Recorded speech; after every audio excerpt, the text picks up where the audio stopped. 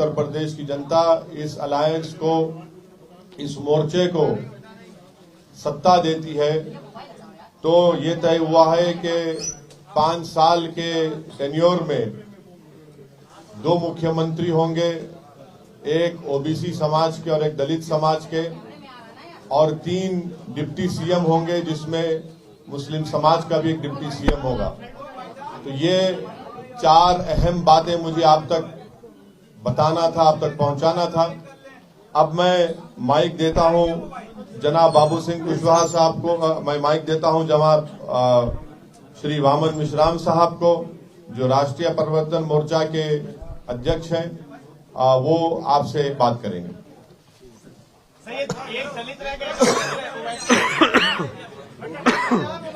साथियों, आपको पूछने के लिए अवसर है। अभी हम अपनी बात आपके सामने रखते हैं, उसके बाद सवाल जवाब होगा।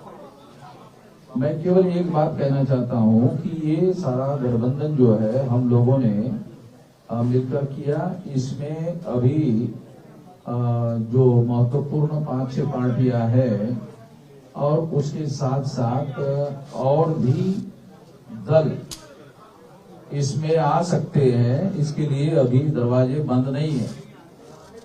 तो एक तो ये बात है।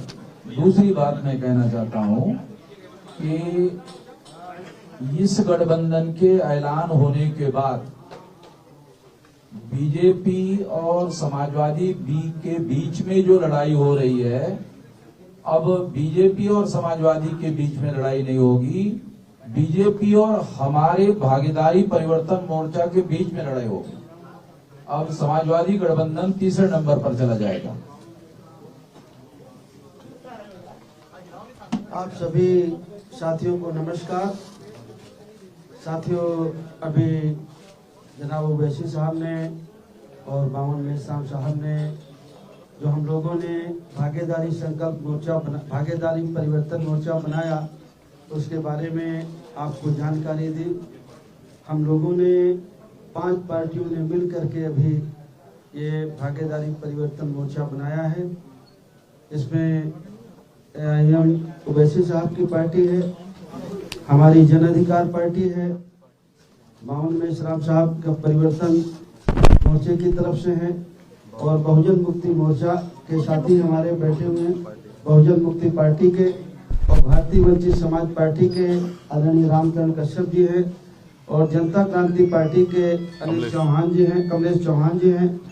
इन लोगों ने मिल करके हम लोगों ने अभी इस मोर्चे को बनाया है, और कुछ साथी और हमसे संपर्क में हैं, तो वो जल्दी हो 1-2 दिन में उनसे बात करके जो साथी हमसे जुड़ना चाहेंगे उनको हम अपने साथ जोड़ेंगे। हमारे जो मोर्चे का लक्ष्य है, जिस विचारधारा के साथ हम लोग चल रहे हैं, हम बाबा साहब अम्बेडकर को मानने वाले लोग हैं, संविधान को मानने वाले लोग हैं। हमारी वही विचारधारा है जो संविधान की चाहत है, जो संविधान की मंशा है। हम संविधानवादी लोग हैं। हमारा पहला नारा है कि जिसकी जितनी संख्या भारी उसकी उतनी हिस्सेदारी। हम लोग जाति जनगणना कराने के पक्ष में हैं। एक समान शिक्षा पद्धति, निःशुल्क शिक्षा और अनिवार्य शिक्षा। नई शिक्षा नीति के आड़ में, जैसे पिछले साल कोरोना महामारी की जब शुरुआत हुई और 2 महीने सबको, पूरे देश को बंद करके अंदर रखा गया, उस 2 महीने में जो 4-5 कानून बने, एक कृषि का कानून बना जिसको अभी वापस लिया गया, 1 साल किसान आंदोलन करते रहे।